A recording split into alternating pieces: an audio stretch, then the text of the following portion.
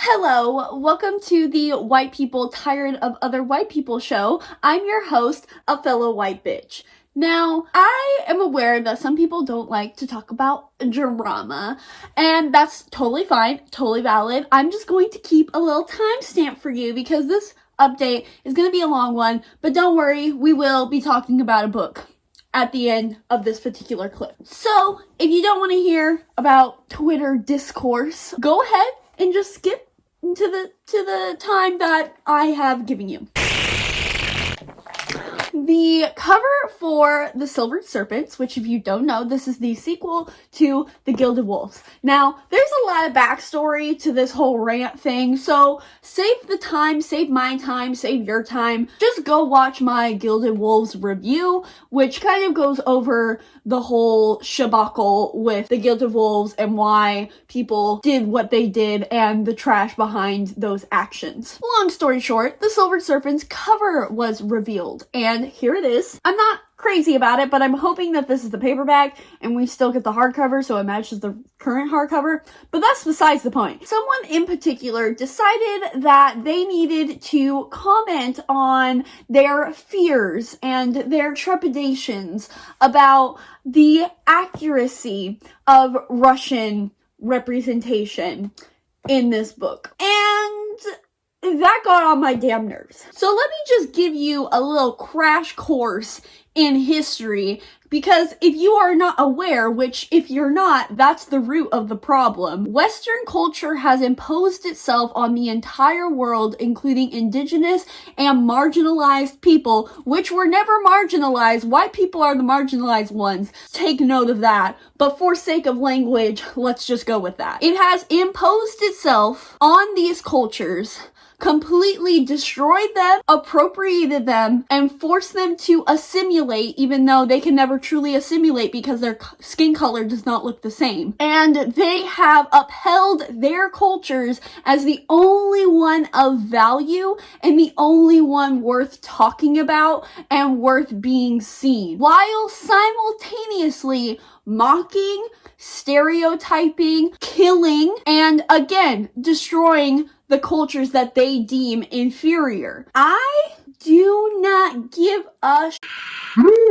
if European cultures are misrepresented, because our cultures do that shit all the time.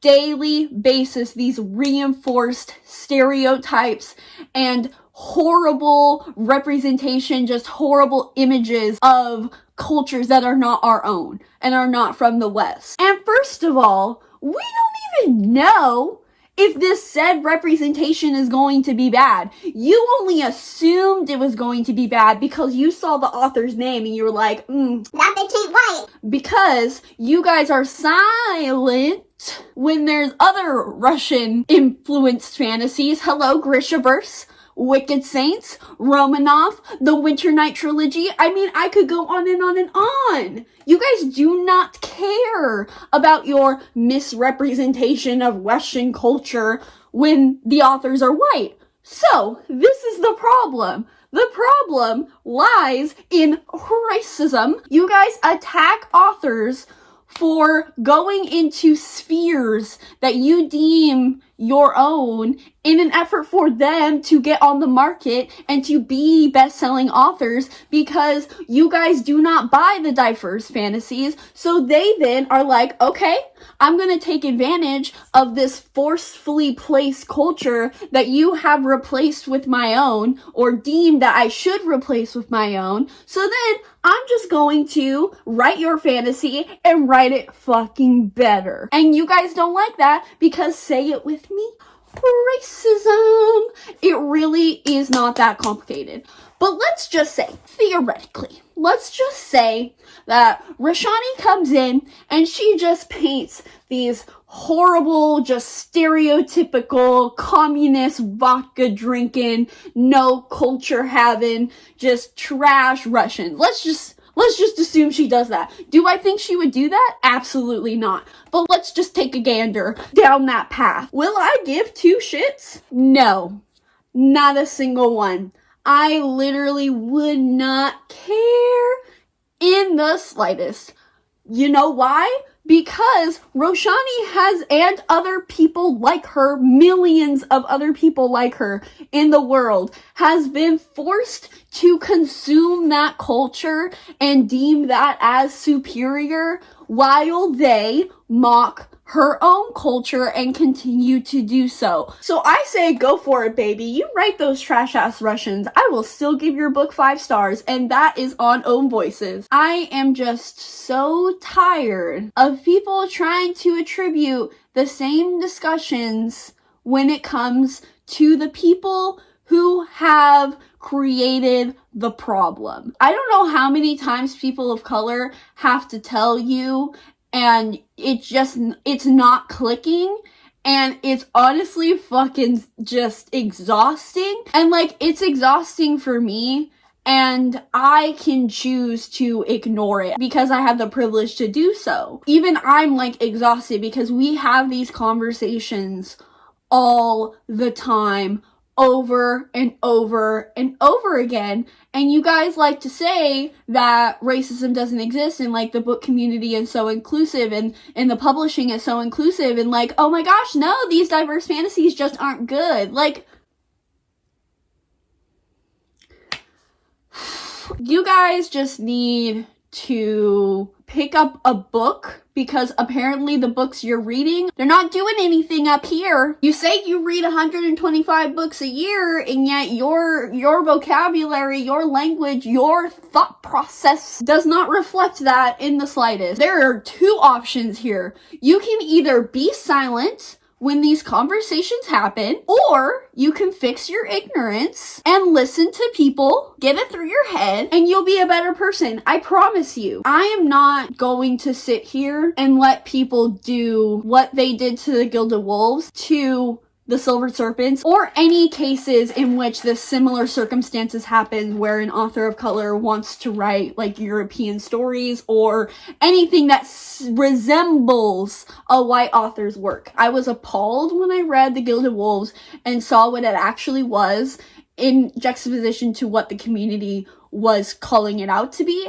and I'm just not going to let that happen again. I'm not. If I have to buy a million copies of The Silver Serpents to get it on the #1 bestsellers list, well, bitch, I guess I'm taking out a loan on the bank. That's what authors of color deserve, and I'm just tired of this discourse that continues to happen. It's ridiculous, and it needs to stop. Anyways, hello, welcome back to the people that don't care to hear about nonsense, because I feel for you. I started City of Ashes by Cassandra Clare. Speaking of white nonsense, this book, I know we all know about the incest. I know we all know, and we kind of just try to gloss over it. We kind of just try to forget about it because, it's a little awkward. And it's like, it's awkward for the people that love this series. It's awkward for the people that are just reading. It's not a good situation, but it is so hard to gloss over this one because the undertones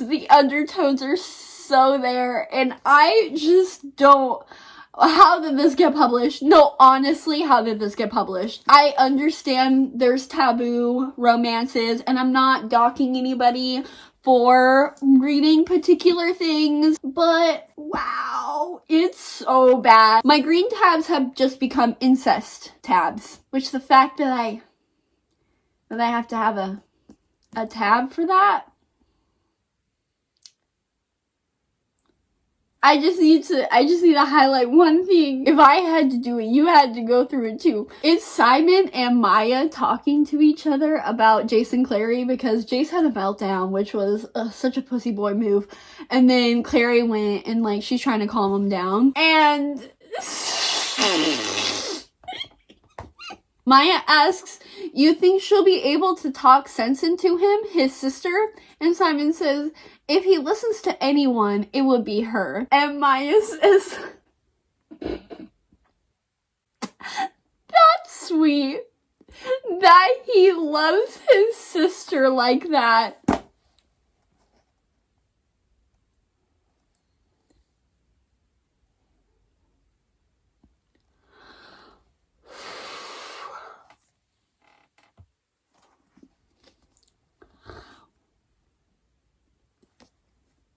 There are just so many things wrong with that.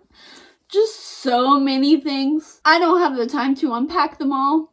And I don't think I need to, because we all have some common sense here. So, the writing in this, it's not good. There are a couple things that ran through my brain pertaining to the writing style. The first one is that the writing style was bad in City of Bones. I just was so surprised that it wasn't as bad as I thought it was going to be, so I tricked my brain into thinking it was average and kind of good sometimes. And then with this one, is really bad. Another thing is that City of Bones was written okay, and this one is written bad. Or a third option is that I was just on some buffoonery when I tried to justify City of Bones, and that was also bad, and this was also bad. So, like, there are different variables that could be attributed to why this writing style is bad versus my thought process and reading comprehension. But yeah, this it's not good. The sentence structure and just the way in which Cassandra Clare puts some information out there and how characters kind of interact with each other, it's not been a great time. Oh, I'm not that far into it. I'm only 60 pages into it. I forgot to mention that. Another thing is Simon and Clary. I have such mixed feelings with Simon. I really do. Because on one hand, I really, really feel for him, and I really, really love him because he's just this nerdy boy, and he is in love with his best friend, and his best friend doesn't really love him back, even though they're gonna try to be in a relationship in this book, which I'm already not loving. And, like, I feel like we've all kind of been in Simon's position where we've liked somebody who doesn't reciprocate their feelings. Like, it sucks. It really is one of the worst feelings. So I do feel for him, and I do like him a lot of the times because I like how nerdy he is. I like his little jokes here and there. But on the flip side, he's also really pathetic and really just kind of passive aggressive. I feel like that's just how Cassandra Clare wrote him because she didn't want her readers to be invested in Simon and Clary when obviously Jace and Clary are endgame. But I personally hate when authors do that. Sarah J. Maas does that all the time, and obviously Cassandra Clare does it as well. I mean, it's a very popular thing to do when you introduce this one side of the love triangle and never put enough effort or as much effort into that side as you do the other one. So your readers obviously know which one the person is going to end up with. And that's when love triangles really fall flat for me. If you're going to have a love triangle, put the same effort into both characters so then you can feel for them. And I think she really improved this in the Infernal Devices. I just feel bad for Simon because he's literally just used as a toy for Clary and the pining, and it's just really sad. And I'm hoping that his character kind of gets some autonomy later in the series and he goes through some growth, or not even he goes through some growth, just Cassie Clare goes through some growth with Simon, because I really just don't like how she takes advantage of his character, because not great. Men would lay with Cleopatra knowing that they would be killed the next day, and looking at the silly queen, I understand. Hello. So I figured I'd give more of a proper update on City of Ashes.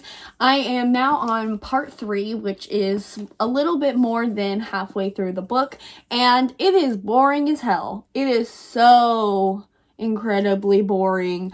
And I knew that this one was going to be a chore to get through. It's not a great sequel, that's for damn sure, and I'm pretty sure everybody can agree on that one. There's just nothing happening. I have quite a bit of tabs, don't get me wrong. A lot of them are annoyed tabs, but there's a lot of funny tabs. Cassandra Clare really does know how to do, like, snarky little sarcastic comments that are funny. And we got some, like, a lot of descriptions and stuff, but nothing's really happening in this book. I'm more than halfway through, and there doesn't seem to be a plot. The whole thing with Simon that went down in this, but that was just boring because I didn't care. The only interesting part of this book is going to the fairy court, like going to the Silly Queen. She's a bad bitch, and I love the fairies in any book, so that was the most interesting part. I have been listening to the audiobook while reading physically, and let me just tell you, I never thought I was going to be that bitch. I always figured that listening and reading at the same time was kind of not counterproductive, but kind of just like, why do I need to do this? But I've found my attention span slipping, especially in a book that I'm not entirely enjoying. So I keep wanting to just check Twitter and just get distracted. But if I'm listening and reading at the same time, it really keeps me focused. And it also, I'm a huge skimmer, especially again when I'm not enjoying a book. I will just skip the big blocks of text and find myself just reading the dialogue, and while I'm reading and listening, it kind of counteracts that, and it makes me ingest the entire story rather than my eyes just skipping and things like that. So I am really loving doing that. And I was doing it with a couple other books that I've been reading that I don't want to talk about in this particular vlog, and I feel like it's going to be the way to go. I think I'm going to start doing that more because it really helps me stay focused. So I've been reading City of Ashes. I only have 100 pages left of it and only an hour left of the audiobook because I've been listening and reading, and I already discussed that. I don't really have anything else to say regarding this book. It's so boring and I'm not enjoying it at all. I just feel like there's nothing happening, and I mean that's just a common thing with second books. I feel like all second books are kind of like that, and I'm just like, well then why is there a second book? Like, why did this need to exist? I don't understand. Oh wait, no, it had to exist so we know that Cassandra Clare has an incest kink. That's the point of this book. The only real comment I have is I don't really understand why the Inquisitor is being so lax with Clary. I understand she's like 100% justified in her treatment of Jace. I remember when I read this for the first time, I was like, oh my god, she's such a bitch, like she's so annoying, like leave him alone. But now I'm like, well yeah, I mean it's a real shit, the fact that Valentine is here and talking to Jace, and Jace is acting like, and like everybody else around him is acting like that's not a big deal and she shouldn't be questioning him. Like she should absolutely be questioning him.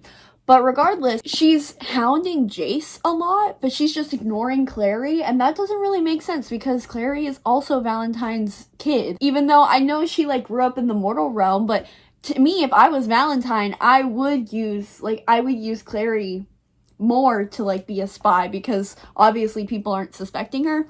Anyways, that's just a nitpicky thing. I was just like, why is, I don't understand. And yeah, it's fucking boring. And hopefully at the end it gets better. I knew this one was going to be bad though, so I'm not like mad or like disappointed or anything because I anticipated this being kind of the worst one in this trilogy. So I'm just excited to get through it so I can go to City of Glass and then finish this first trilogy. I finally finished City of Ashes with much begrudgment. I don't even know if I'm using that word correctly, but this was fucking boring as hell. Nothing happened in this book, and I know I've said that before, but I really just need to drive it home. I do not understand the point of this book. Nothing was added to the story besides the now Simon is what he is, and we see that Clary can draw runes and like create her own runes, but even that wasn't all that interesting, and she blew up a ship. Like she even blew up a ship and it still just wasn't interesting. I don't know what I read in those 450 pages. There was nothing in this. I thought this is the one where we find out that Jace and Clary aren't brother and sister, but I guess that's City of Glass. So I was like waiting for that revelation, and that didn't even happen. There wasn't even a single revelation in this. Nothing happened. You can 100% just skip this entire book because nothing happens. Just know what happens to Simon and that Clary can now create runes. That's the only thing that matters in this entire book because nothing else happened. That being said, I am so excited to start, and more likely I'm so excited to finish City of Glass so then I can read the Infernal Devices. I think I am going to do a dedicated reading vlog to reading the Infernal Devices. Let me know down below if you are interested in that, because I feel like that would be better organized and just overall a better idea. And if I did that, I could do spoilers. I mean, I probably would do spoilers just because it's been out for a really long time. But if you guys do want me to do a dedicated reading vlog and you don't want me to do spoilers, I'm sure I can make that happen. So I'll just put like a little poll up here, because I've already decided as I'm talking to you guys that I'm going to do a dedicated reading vlog to those. So let me know up there if you would rather it be spoilery or spoiler free. I know that this is probably going to be better just because I know this is a conclusion. It's not a conclusion, but you know, it's a conclusion to one part of the trilogy. So hopefully it's more exciting. Gonna read this, and then I also need to read this because I have the live show for the Cover Horse Book Club tomorrow, and I've only read chapter 1. Gotta be honest, not really in the mood to read it, and Carly doesn't seem to be very much in the mood to read it either, so that live show will probably be kind of boring and lackluster because I don't know if we're both even gonna finish it. But I really just want to start this. I don't think I'm going to get very far in it, but I just want to like step into it and have it kind of started.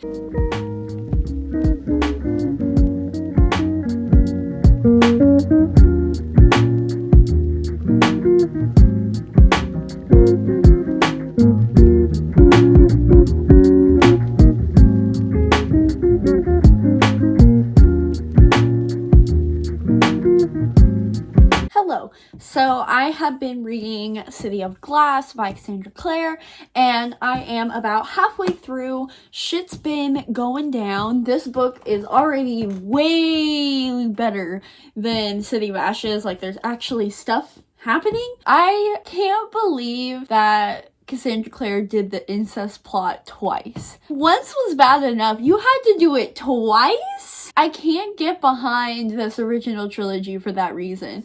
It's just gross. Somebody save Cassandra Clare's brother because he needs some help. Do really like Idris, and I like being in Idris. That's really fun, and hearing kind of a little bit more of the other Shadowhunter families has been very interesting. I'm not hating this one. This one is, again, much better than the previous one. It's going very, very quickly.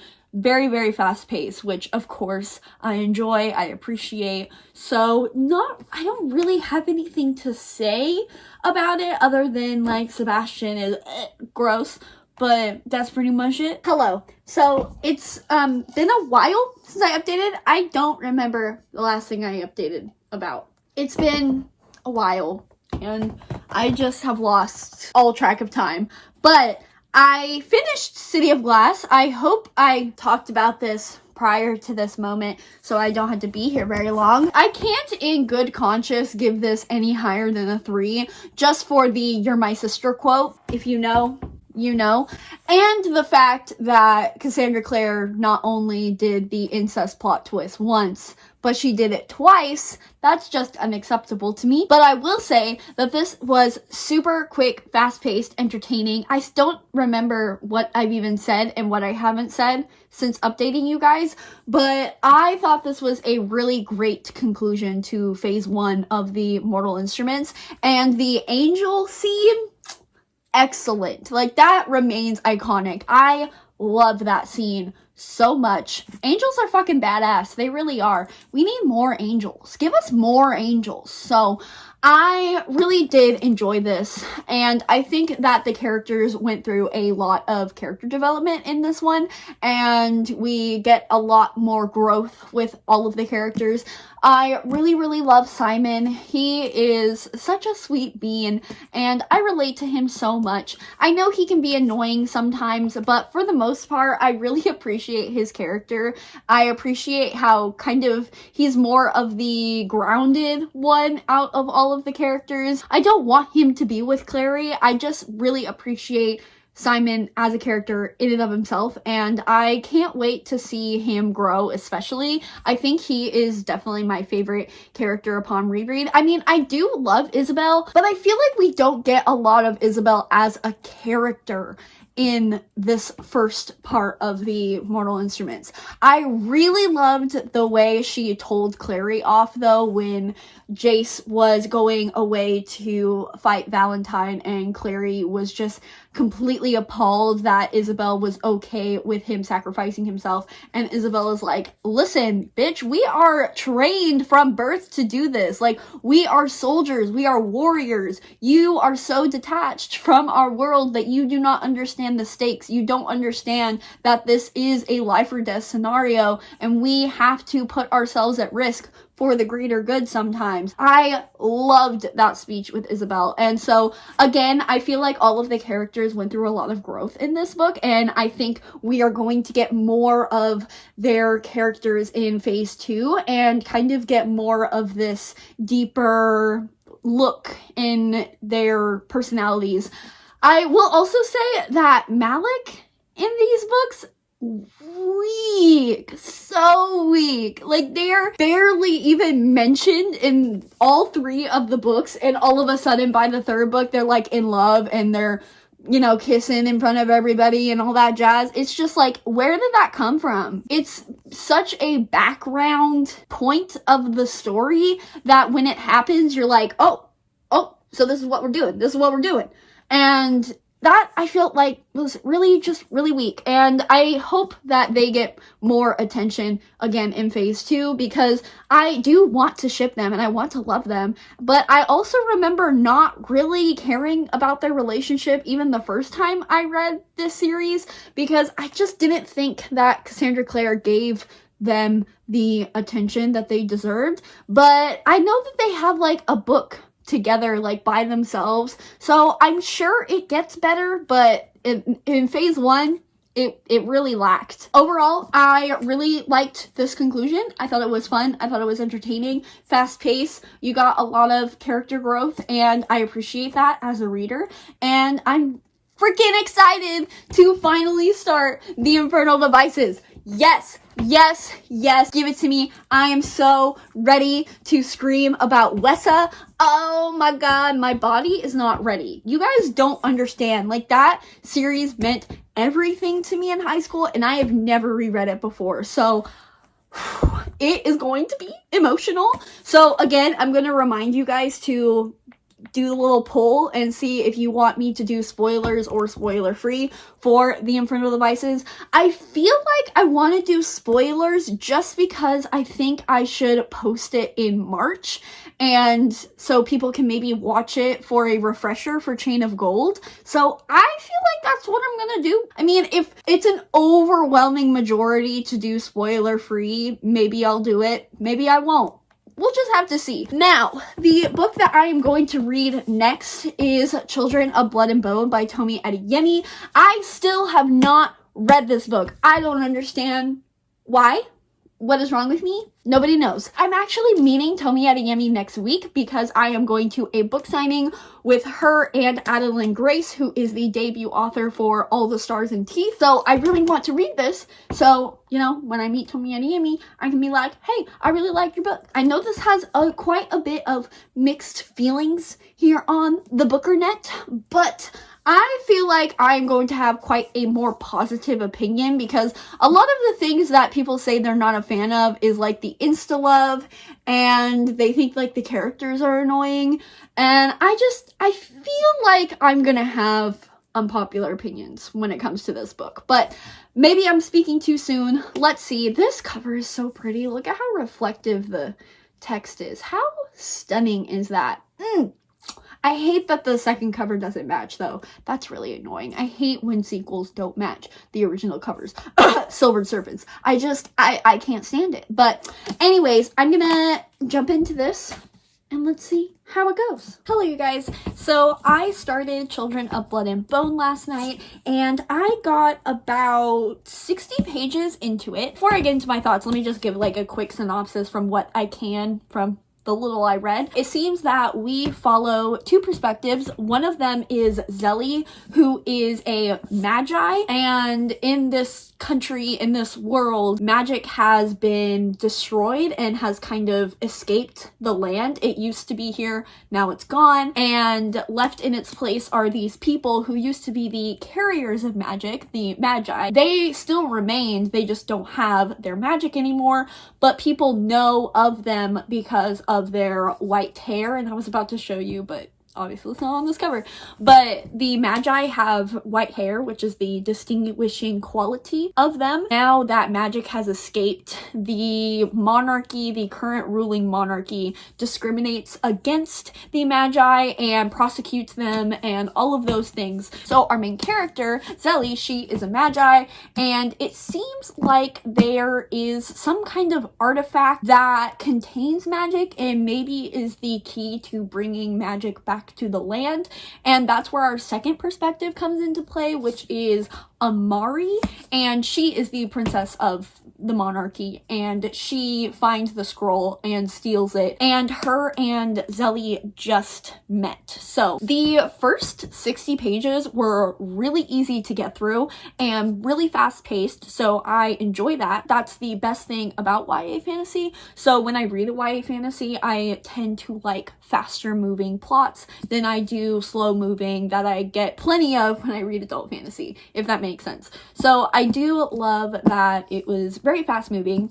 The other thing is, I think the potential for the magic system is going to be very interesting, because I noticed that in the little glossary area where it shows all of the magi clans, each one of them has a deity that is associated with that clan of the magi, and you guys know how I feel about gods and deities and all of that stuff. So if that plays a role in the magic system, I feel like I'm going to really like it. I also noticed by looking at that glossary that it is elemental magic. I haven't gotten to that part yet, but I think because there's multiple clans and all of that stuff, I feel like it's just going to be really interesting, especially if maybe later down the line we get interacted between different types of and different clans and seeing their magic interact with each other. I don't know, that just sounds really cool. I think Amari has the potential to be a favorite character